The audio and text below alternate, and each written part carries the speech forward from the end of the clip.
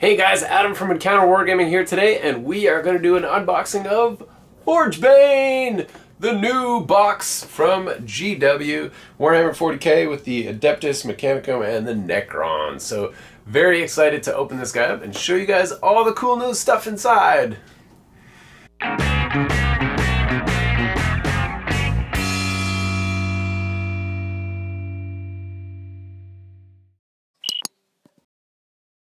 So of course in this box we have the new Knight armatures, we have a new Necron Cryptek with the flying cape thingy, the canoptic cloak of course, and so yeah, it's going to be really cool. Actually, this is such a sweet box to just start two new armies just like that. I mean, you get two of these puppies, combine the Necrons together, combine the Adeptus Mechanicus together, split it with a buddy, do a trade or whatever, and automatically you got two great starting forces. Most of these units in here are very useful in game, and so this is just a fabulous box. Another great example of how GW is pushing the envelope when it comes to value.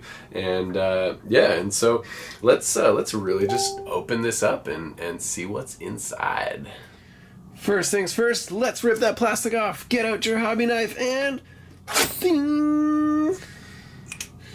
Now it'll just fall off like butter. Bro, so cool. Alright. So, is it going to be a sleeve box or over the top? My guess is over the top. Let's see. Oh, we still got more plastic. Over the top it is. Ooh, that's nice. Okay, that's what everyone likes to see when they open a box, hey? It's just a giant pile of sprues. So let's just slowly unpack this thing. So it looks like a Knight armature. Looks like it's two different sprues here, so kind of like the main body here, and then the weapons on the other one. Let's keep it going. Oh, what do you know? Another Knight armature. We'll zoom in on all this stuff. We got some Scutari, more Scutari. Looks like the Dominus. Sick. So probably some. Yeah, just a bunch of Necron duders. Oh, these sprues are cool. I've never built any of these new plastic. Oh, there's more Dominus. Never built any of this new Necron stuff, so pretty excited to kind of see what it's all about. Great, now cool, the fun doesn't end. What is this big card here? Oh, nice, just a really cool piece of artwork. Forgebane artwork. We can put that up on the wall. Add it to the collection, if you will. We got a nice Forgebane booklet here, ooh, with a nice little 8-page rulebook thingy. Some decals, which is fabulous. Cool. And then a bunch of bases. So let's take an up close and personal look at the new content. So we'll just analyze the Knight armature and the new Cryptek, and then take a look through the Forgebane booklet. Alright, here's the first sprue from the Knight armature. This is kind of the main body frame, so legs, side hatches for the main hull portion, the arms, feet, the top armor plate, and exhaust and stuff. Very cool. So it's actually maybe, in my opinion, going to be, I have a Redemptor Dreadnought for size, because it's going to be, this is the best size comparison I can think of. If you see that top plate, oops, there, that top plate next to this guy. So it's going to be maybe as wide, as the depth of it, I guess. This would be the width. So they're going to be, in my opinion, skinnier, but just as wide, and then probably just a little bit taller. So there you go. So that's my take on the Knight armature as far as size. Probably very close to a Redemptor Dreadnought. Definitely a lot smaller than the regular Knights.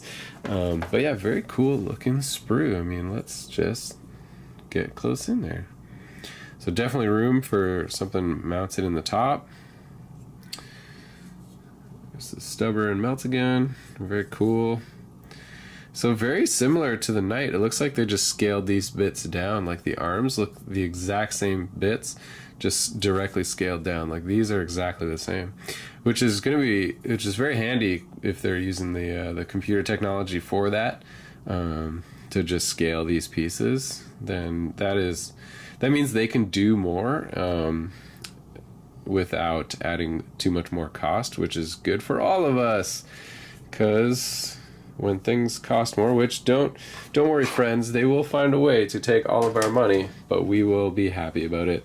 But still, it'll hopefully slow, kind of the growing prices here. So this is the weapon sprue, a very cool melt-a-gun. Like that is mean looking. You do not want to be in front of that. And this chain sword thingy, the regular knight one, is probably 2.5 times as long. So it's definitely a small little guy. These shoulder pads are tiny, like the knight. Actually, now that I'm thinking, I have some stuff for comparison. Here's a Chaos Forge World top plate for the knight. Here's his main body, the main hub. I mean, you can see, right, the size difference in those pieces right there. Yeah, definitely a size difference. I mean, you see those feet and legs, right? Feet, look at that, huge. Legs. So you're definitely gonna get some height. Right? If you compare those legs, it's going to get them even. Right? It's about 3/4 the length in height. Right? So it'll be tall, but it won't be as big and bulky for sure. Definitely very Chicken Walker-esque. So rumor has it there's another weapon sprue, because apparently, and we'll confirm this in the booklet, the instruction, the how to build booklet, there are a bunch more head options than are available on these sprues right here. So rumor has it that there's some other stuff out there that we have yet to tap into. Base size is bigger than a Redemptor Dreadnought, so you can see how much bigger right there. About a centimeter, half an inch total. Who knows? Yeah, there you go. So very, very, very cool. I'm excited to put those together to give us a kind of, so I can just see in my hands how much bigger it is than, say, a Dreadnought or the Redemptor Dreadnought, or what it compares to in size to my Knight. So, well, hey, there's the Armiger. Let's see what's up with that new Cryptek. There he is in all his glory. You can see this sprue here. I love these multi-part plastic character sprues. I mean, if you just started playing GW games recently, like, you guys are missing out on the horrible, horrible days of the past, where these are all pewter, super tough to work with. Oh, look at that cloak. It's like this big scarab shell, like, on his back. Man, that is so cool. The big, this big weapon is Staff of Light, or whatever it is. I just love how dynamic, too, these poses are getting. I mean, and just the way the pieces fit together. Like, there's one half of his body this way, and then the other half of his body this way. Those two slip together somehow. Like, so cool. And here's the actual scarab duder he rides on, his little bit on his base. But there he is. Put these together, and there's the kind of the tail end of the cloak and the scarab bitty that he's kind of skateboarding on or surfboarding on. Oh, sweet. I'm just so much character. So cool. So excited about these guys. So yeah, that's the new guy right there. Let's open up the Forgebane booklet and take a look. So as you can see here, there are 3 pieces of literature in that bundle. We have the Forgebane narrative book here, along with probably the rules, as well as the instruction guide, how to build your models, and then the 8-page rulebook here. So this one, we've all seen it. But if you're starting fresh, might as well show you. The core rules for the game are literally 8 pages, which is super awesome. It makes rules disputes very, very simple to solve by just coming back to this little booklet. There's no flipping through hundreds of pages for the most part. So if you have the codex for your army and that, you're pretty well set to go. So then we don't probably need to do too extensive of a job on these, but basically how to build all the models in the box. Very handy, but this is the one we all want to see. So, Forgebane. Awesome. Just love it. So, this looks like there is a bunch of narrative pages here. It's kind of general descriptions of the Adeptus Mechanicus and the Necrons, where this is going in space. So this is the galaxy, right? This is the Cicatrix Maledictum, the kind of warp rift that is opened up to divide the galaxy into two. So very, very, very intense. So it looks like it's pointing out Mechanicum worlds and certain tomb worlds here, and a lot of times the tomb worlds are kind of inactive or dormant, but a lot of them are starting to awaken. And in fact, I think if I remember correctly, all of the ones are now awakened. So something's going on. I'm gonna dive deeper into the fluff here. I'll actually take a read through this, so I know what I'm talking about later on. But we did a whole podcast on the Necrons when the Necron Codex dropped, so you can go check out the Inches and Cubes podcast on that. Sweet. So some awesome studio artwork here. I love just getting close-ups of these models and just going to this for just inspiration, you know. Sweet. So we got some game rules and missions. So they're giving you this is cool. So they have like atmospheric conditions. So they're having you weave this into a little campaign, which is really nice. So here's the series of games you would play in this campaign, which is very cool. Nice centerfold. Defenders of the Forge Worlds. So this is basically the mini codex for the units you get inside the box. And here's where we want to take a big pause. So we want to pause here, and we want to zoom in on the Armiger Warglaive. So let's check out the rules for these guys. If you haven't seen them yet floating around online, here's the official rules, which is very exciting. So their movement, weapon skill, ballistic skill are what modify as they get damaged. So very, very neat. So 14-inch move, and they normally hit on a 3, both in shooting and in combat. So very cool. Strength 6, toughness 7, so as tough as a rhino, with 12 wounds. A couple more wounds than a rhino, however.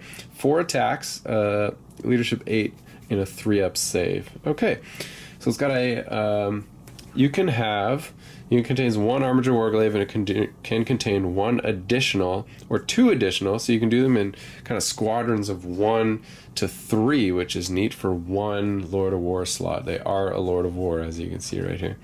This was the big debate, is they're smaller than a knight, but they're still a Lord of War. How useful is that really going to be, other than the fact that they're less points? And so at least now we know that they can be taken in squadrons, which is really nice. So, especially if they get cheaper points-wise, because I think right now they may be a little bit expensive. So, either a heavy stubber, a melt-a-gun, you get your thermal spear, which is 30-inch range, assault D3, strength 8, AP minus 4, D6 damage, with basically the new melta rule. Take the highest dice roll. So, very cool. There's that. I like that it's a D3 shot multi-melta, essentially. And the Reaper Chain Cleaver. So it'll be hitting at strength 12 because it's times 2, minus 3, and flat 3 damage. So interesting. Yeah, so Contemptor Dreadnoughts. It's kind of tough, right? Contemptor Dreadnoughts, movement 9, hitting on 2s, like that is, it's very tempting. Flat 3 damage, like same in combat. You could give them a multi-melta. It's tough to say that these guys are really, really packing the punch. I mean, Contemptor Dreadnoughts also 5-up invul and save, and explodes and whatnot.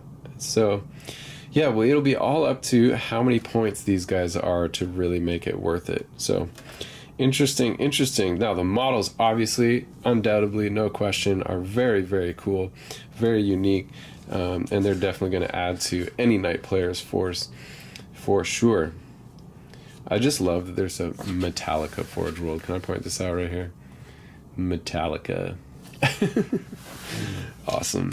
All right, so There he is. And now, after another nice centerfold artwork here, we move on to the Necrons in the box. So of course we did, like I said, the podcast with all the rules for the Necrons, all of our favorite units, all of the kind of common dynasty rules and all that kind of stuff. So the one thing that is different is the Cryptex now have access to these Canoptic cloaks, and they have a model for it. So basically you gain fly, and you move 10 inches at that point. And then at the start of your turn, you can select one friendly dynasty model that has the living metal ability that's within 3 inches of this model, and it regains D3 lost wounds rather than 1. So yeah, that's very, very neat, very, very handy. So yeah, the Cryptex definitely got a lot more mobile, so that they can get some of their abilities into range, which is really cool. So keep flipping through here, just some more neat artwork, different dynasties. Here's the confirmed points values. So this is very important to take a look at. So we have 223 points base for an Armiger Warglaive. That is very pricey for the base. And then take on top of that the fact that you are going to be adding a Meltagun for another 17, so that puts us at 3240. You got your Reaper Chain Cleaver. Oh, that's 0. And the Thermal Spear is 0. So 240 is where it caps. Okay. Well, that's not bad. So, you know, I'd consider that. I would try out taking a knight and 2 of those for 1,000 points, and just pulling some tricks on an opponent for funsies. Definitely not going to be in your competitive meta right now. They won't fit in there, but they could be pretty fun and give your opponent a hard time at 240 points. So I would try it for sure.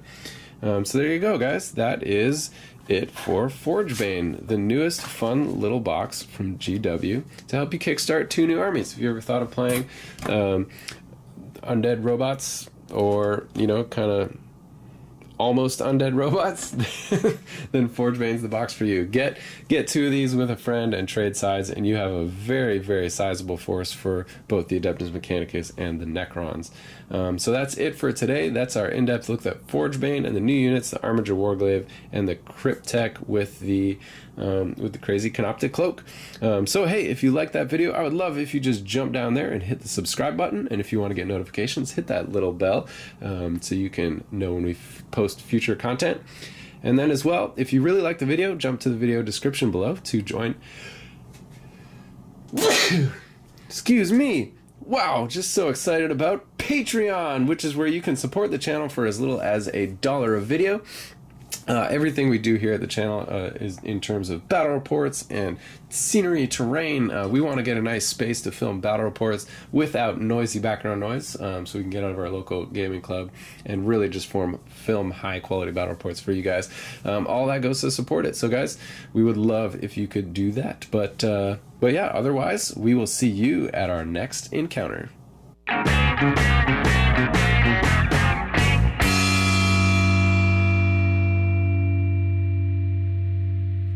Like a monkey in a rocket on his way back home. Okay.